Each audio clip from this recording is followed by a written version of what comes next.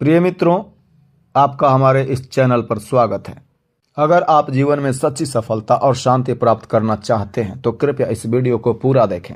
हम आपको भगवत गीता के 30 उपदेशों से अवगत कराएंगे जो आपकी जिंदगी में हर जगह आपको मार्गदर्शन देंगे और हर मुश्किल घड़ी में रोशनी दिखाएंगे। इस चैनल को सब्सक्राइब करें, वीडियो को लाइक करें और इसे ज़रूर शेयर करें ताकि यह ज्ञान और भी लोगों तक पहुँच सके। आइए गीता के पहले उपदेश से शुरू करें। दुखों का कारण है किसी को अपना मानना। गीता का सबसे पहला और महत्वपूर्ण उपदेश है कि आपके दुखों का सबसे बड़ा कारण यह है कि आप किसी को या किसी वस्तु को अपना मान लेते हैं। आप गौर करें कि आपकी ज़िंदगी में जितने भी दुख हैं वे वहाँ से शुरू होते हैं जहाँ आपका अपनापन होता है। उदाहरण के लिए, एक व्यक्ति के पास एक बहुत बड़ा महल था जिसे उसने अपनी पूरी संपत्ति लगाकर बनवाया था। वह महल उसके जीवन का केंद्र था, उसका अहंकार था। एक दिन जब वह बाजार से लौटकर आया तो देखा कि उसका महल जल रहा है।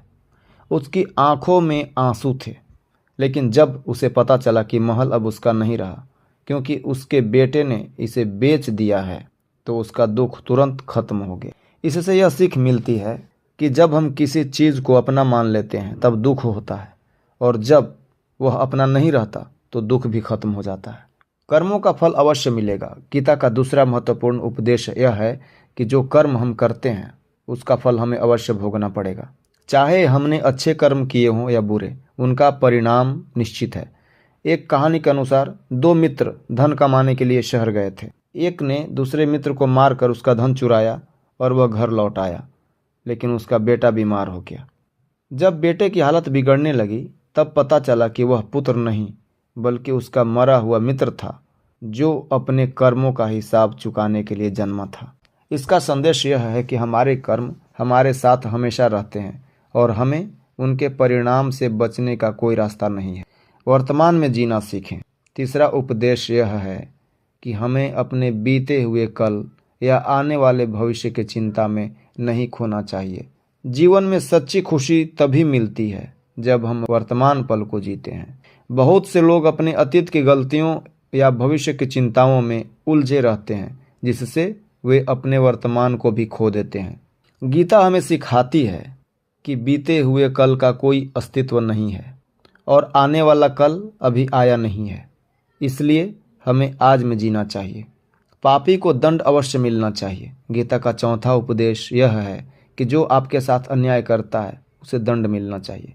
अगर हम अन्याय सहन करते हैं और चुप रहते हैं तो हम भी पाप के भागीदारी बन जाते हैं।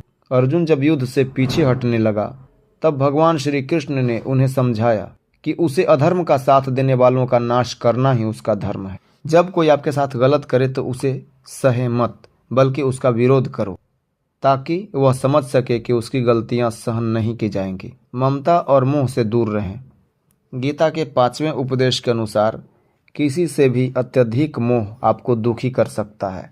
जब आप किसी से हद से ज़्यादा मोह करने लगते हैं तो वह व्यक्ति या वस्तु आपको दुख देती है। मोह आपकी आंखों पर ऐसी पट्टी बांध देता है कि आपको सच और झूठ का फर्क नज़र नहीं आता। जब आप मोह से बाहर आ जाते हैं तो कोई भी रिश्ता आपको दुखी नहीं कर सकता, क्योंकि आपको फिर किसी बात से फर्क नहीं पड़ता। भीड़ का अनुसरण न करें। गीता का छठा उपदेश यह है कि आप वही करें जो आपके लिए सही है, न कि जो सभी कर रहे हैं। अर्जुन युद्ध छोड़कर सन्यासी बनने की इच्छा कर रहे थे, लेकिन भगवान श्री कृष्ण ने उन्हें समझाया कि सन्यास उसका धर्म नहीं है, उसका कर्तव्य युद्ध करना था। इसी प्रकार हर व्यक्ति का एक अलग कर्तव्य होता है। अगर आप वह करेंगे जो भीड़ कर रही है तो आप भी उस भीड़ का हिस्सा बन जाएंगे, लेकिन अगर आप वही करेंगे जो आपके लिए सही है तो आप सबसे अलग और विशेष नजर आएंगे। धोखा अपनों से ही मिलता है। गीता का 7वां उपदेश है कि धोखा अपनों से ही मिलता है। बाहर के लोग आपको धोखा नहीं दे सकते क्योंकि उन्हें आपकी कमजोरी नहीं पता होती, लेकिन आपके अपने जो आपको अच्छे से जानते हैं वही आपकी कमजोरियों का फायदा उठाकर आपको चोट पहुंचाते हैं।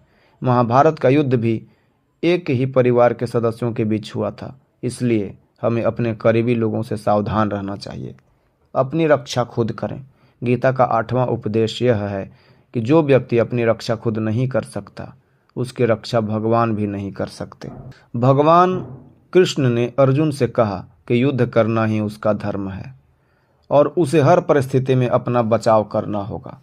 इसी तरह हमारे जीवन में भी अगर कोई हमारे साथ अन्याय करता है तो हमें खुद उसका सामना करना होगा। हमें हमेशा तैयार रहना चाहिए, क्योंकि जीवन भी एक रणभूमि है। अपने कर्तव्यों का पालन करें। गीता का 9वां उपदेश यह है कि हमें अपने कर्तव्यों का पालन करना चाहिए। जो काम हमें सौंपा गया है उसे हमें पूरी निष्ठा और ईमानदारी से करना चाहिए। अगर हम अपने कर्तव्यों से भागेंगे तो जीवन में दुख और असफलता का सामना करना पड़ेगा। हमारे कर्तव्य ही हमें सच्ची सफलता और संतुष्टि दिला सकते हैं। खुद पर नियंत्रण रखें। भगवत गीता का 10वां उपदेश है कि हमें अपने मन और इंद्रियों पर नियंत्रण रखना चाहिए। अगर हम अपने मन और इंद्रियों के गुलाम बन जाएंगे तो जीवन में कभी भी शांति और सफलता प्राप्त नहीं कर पाएंगे।